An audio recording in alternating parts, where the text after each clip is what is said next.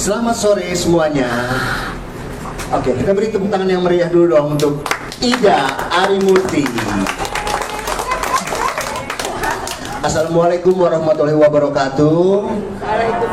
Iya, salam sejahtera untuk kita semua. Ya, kita berbahagia sekali sore hari ini bisa bersama-sama berkumpul di acara ini di ulang tahun Ida Arimurti, sahabat kita, kakak, saudara, tante, ya ses, ya kan, dan juga idola kita tentunya. Salah satunya adalah Ida Arimurti di dunia broadcasting. Tepuk tangan sekali lagi dong buat Ida Arimurti. Jalan-jalan ke Cikini, di pasar burung beli merpati. Kita semua senang ada di sini di ulang tahun Ida Arimurti. Keren. Oke, yang terhormat Bapak Kiai Haji Nurul Huda, selamat datang Bapak. Kemudian ada Mas Adi MS, suatu kehormatan juga Mas Adi bisa hadir sore hari ini, senang sekali.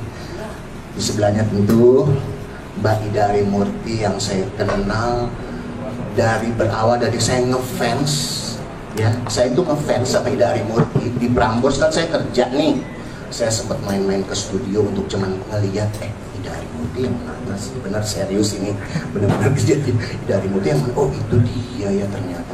Akhirnya saya dipanggil suruh masuk ke ruangannya, ke ruang studio, diajak siaran. Alhamdulillah akhirnya bisa juga jawab-jawab dikit kayak sekarang. Salah satunya karena Ida Arimurti. Dan berikutnya seorang musisi, seorang pianis, seorang komponis, Mas Nanda Sukarlan, Ananda Sukarlan, ya, wah jauh-jauh dari Spanyol nih katanya. Dan juga yang lain-lainnya, terutama yang terhormat Ibu Chandra Ubayani, sarjana hukum, ya, Ibu Oti. Ya, di mana Ibu Oti? Ibu Oti adalah pemilik dari OH Center dan juga dapur OH. Betul ya Ibu ya? Iya, tepuk tangan dong. Dan juga teman-teman semuanya yang lainnya.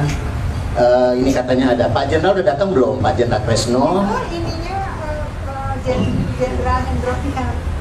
Oh, wow ya. Oke, kita bisa lihat ya dari bunga-bunga yang di sekitar sini semuanya bahwa Ida Arimurti itu banyak yang sayang sama dia ternyata. Ada Pak Ahok, ada sahabat Mbak Ida juga. Joshua Marcus. Iya betul. Jenny Marcus, Putri Wardani. Putri Wardani, ya kan. Lalu tadi ucapan selamatnya dari Mas siapa? Tantowi Yahya juga sahabatnya. Oke, buat semua yang berbahagia, pokoknya malam hari ini atau sore sampai malam hari ini kita akan bersama-sama bergembira, ya. Tapi sebelumnya kita akan mendengarkan dulu satu talk show ya kali ya, ya kan?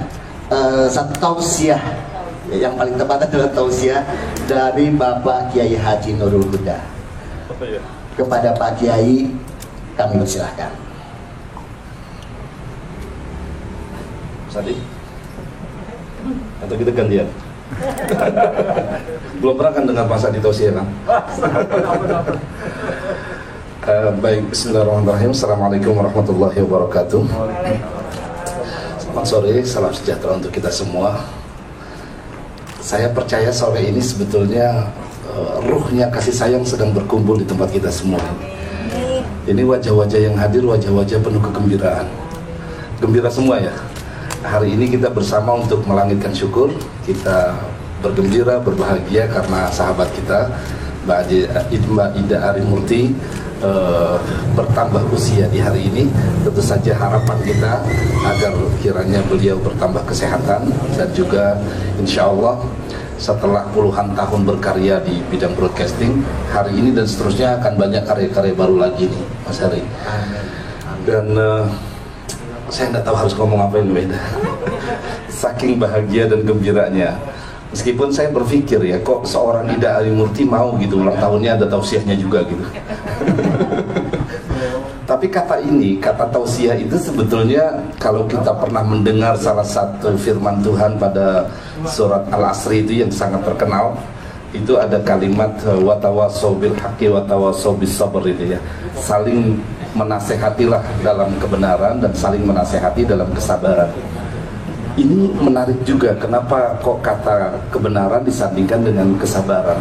Karena ternyata PR terberat kita di dunia ini adalah yaitu bersabar dalam memperjuangkan kebenaran.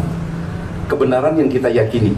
Nah, perjalanan ini sangat terkait dengan kehidupan. Kehidupan ini kalau tidak punya belief yang kuat terhadap apa yang kita yakini dan tidak bersabar untuk merawat dan menjaga itu, mungkin kayaknya juga Mbak Ida nggak akan tahan sampai sekarang.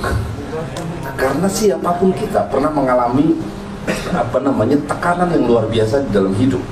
Nah, perjalanan kalau kita boleh refleksi terhadap ulang tahun di hari ini kan peristiwa rutin ya, setiap tahun kita merayakannya. Tetapi sejauh mana peristiwa rutin itu memberikan impact yang kuat di dalam kehidupan dirinya dan orang-orang di sekitarnya. Saya selalu terkesan sekali dengan salah satu falsafah Jawa yang mengajarkan ilmu titen. Pernah ada yang dengar? Niki wonten tiyang Jawi napa mboten? Wonten. Niki leres ya Bu ya. Ilmu titen itu ajaran orang tua itu. Apa ya kalau kita bahasakan itu ya? Apa maksudnya? Ilmu untuk mencermati, ilmu untuk menggunakan mengamati gitu, mengamati setiap peristiwa yang terjadi. Karena ini peristiwa rutin kan, bahkan kelahiran termasuk kematian. Kematian itu peristiwa rutin. Apalagi 2 tahun terakhir, di mana jumlah kematian begitu cepat dan begitu banyak, bahkan yang tidak kita duga dari orang-orang terdekat kita, yang tahun-tahun sebelumnya tidak pernah kita saksikan kayak begitu. Padahal kelahiran atau kematian itu peristiwa rutin. Ulang tahun juga peristiwa rutin. Pertemuan kita dengan teman juga peristiwa rutin. Tetapi sejauh mana peristiwa rutin itu memberikan impact atau influence ya dalam kehidupan kita dan orang-orang di sekitar kita. Jika dia tidak memberikan akibat, tidak memberikan pengaruh, maka peristiwa rutin itu ya berjalan begitu saja, menjadi sesuatu rutinitas yang tidak memberikan makna. Bayangkan seseorang bisa berkarya puluhan tahun, itu bukan lagi rutinitas, itu sesuatu yang sudah disebut, kalau dalam bahasa kami ada satu ungkapan yang disebut peran kekhalifahan. Di dunia ini kan kita menjadi khalifah, menjadi pemimpin di atas muka bumi, di mana perannya adalah menjadi pemakmur bumi, bukan menjadi penghancur bumi. Orang yang hadir di atas muka bumi lalu dia memakmurkan sesuai dengan peran yang diberikan mandat oleh Tuhan kepadanya, maka dia akan menjadi khalifah atau pemimpin di atas muka bumi. Nah, ada orang yang kemudian tidak menjalani peran itu, dia malah menghancurkan. Kalau dikasih potensi, potensinya untuk menghancurkan, potensinya untuk memecah belah, potensinya untuk membuat keributan, potensinya untuk melakukan destruksi di atas muka bumi. Nah, tentu saja puluhan tahun sahabat kita Ida Arimurti berkarya dan kita semuanya juga berkarya dengan peran kita masing-masing adalah peristiwa yang harus kita pahami di mana letak terbentuknya sebuah pola. Nah, ini perlu ilmu titen ini. Karena kan hidup ini sebetulnya rutinitas yang bergerak ya, berputar ya. Apa yang kita rasakan hari ini adalah sesuatu yang pernah terjadi di masa lalu. Mungkin kisahnya berbeda, tetapi kan tidak lepas dari suka dan duka ya. Tidak lepas dari itu, suka dan duka itu saja. Makanya kemudian ketika kita memahami bahwa kita terlahir tidak punya apa-apa, kemudian diberikan potensi oleh Tuhan, kemudian kita kembangkan. Dan jangan lupa ada orang tua yang penuh syukur kita langitkan kepada Allah. Mereka lah yang membentuk kita, mereka yang memberikan dorongan kepada kita. Kayaknya Mbak Ida juga punya cerita seru nih tentang ayahanda tercinta. Bagaimana seseorang tua itu juga memberikan support yang luar biasa. Dan bentukan orang tua dan lingkungan membentuk potensi kita. Ini menjadi sesuatu yang sangat memberikan pengaruh ketika kemudian akhirnya kita bisa berkarya. Akhirnya kita bisa memberikan suatu peran di dalam kehidupan. Nah, tetapi yang menarik adalah peringatan dari para sesepuh lah, kira-kira. Kalau saya menyebut orang-orang bijak bestari ya, para ahli hikmah lah. siapapun orangnya, dari latar belakang apapun agamanya, itu selalu mengingatkan, ini sebuah pesan kehidupan. Turunlah sejenak engkau dari ketinggian. Ini pesan yang orang-orang tua kita selalu memberikan warning. Terkadang ada orang yang lupa diri ketika diberikan popularitas. Orang lupa diri diberikan jabatan, orang lupa diri diberikan kemewahan. Inilah letaknya ilmu titen. Bagaimana kita mengendarai kendaraan, lalu tahu betul kapan saatnya kita harus ngerem, kapan saatnya harus berhenti. Dalam kehidupan ada banyak orang yang ketika dia melewati jalan hidupnya itu ternyata tidak ingat untuk turun sejenak itu, sehingga akhirnya yang terjadi, ia dijatuhkan dengan paksa. Nah, ulang tahun itu salah satu refleksi lah untuk kita turun sejenak dari ketinggian. 1 tahun terakhir apa yang sudah Tuhan anugerahkan buat kita, jenis syukur seperti apa yang sudah kita langitkan. Nah, karenanya dalam kehidupan kita ini, ketika kita sudah bisa turun sejenak dari ketinggian, maka kita melakukan apa yang falsafah Jawa sebut juga dengan suwung. Bagaimana mengajarkan kehampaan dalam diri, hening. Pernah ingat film Kung Fu Panda ya? Berapa serial itu ya? 3 ya? Oh, nggak nonton. Di film yang terakhir, ketika akhirnya mencari bersama Sifu itu, ketemu masternya untuk mendapatkan ilmu, ternyata ilmu yang dia sebut-sebut atau para murid saat itu memburu untuk mendapatkan ilmu pamungkas, itu cuma kertas lontar dengan isi yang kosong.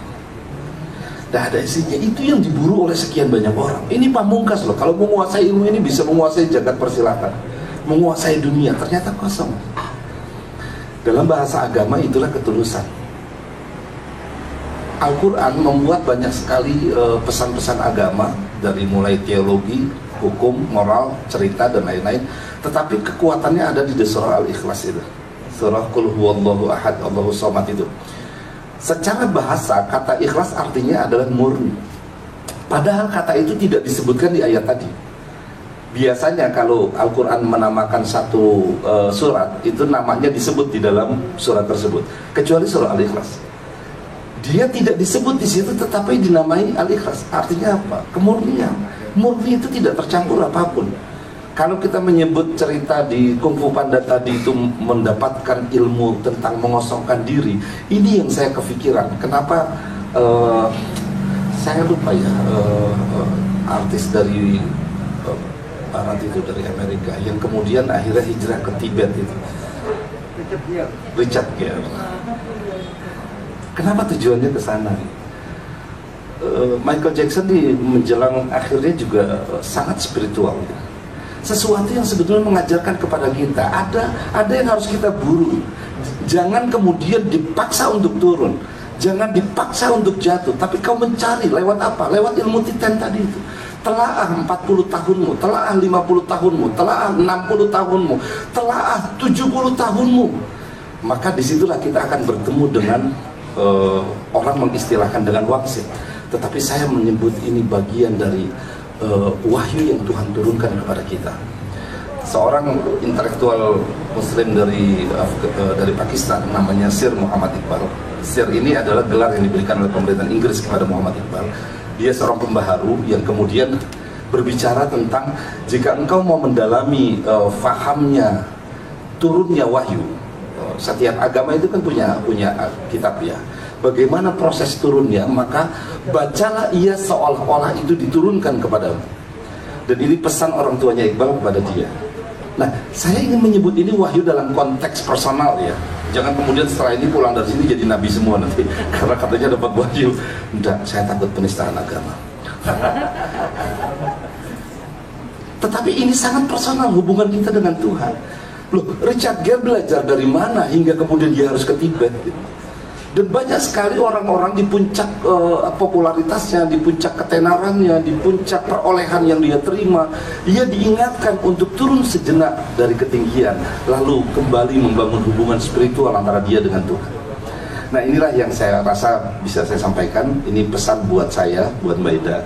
dan juga buat kita semuanya, bahwa ternyata Tuhan itu menyapa hambanya yang sangat senang ketika hamba itu penuh kemanfaatan, dan manfaat adanya dia dirasakan oleh orang-orang di sekitar. Kemarin saya sempat teleponan lama sama Mbak Ida tentang apa sih yang mau dikaryakan lagi setelah ini, padahal karyanya udah banyak banget. Terus saya bilang gini, penggemarnya rindu loh dengan suara-suaranya Mbak Ida itu. Rindu gak sih? Rindu gak sih? Yang dulu tiap pagi lewat Prambors kita disapa gitu ya, kayaknya ada yang ketinggalan kalau nggak dengerin dia gitu kan.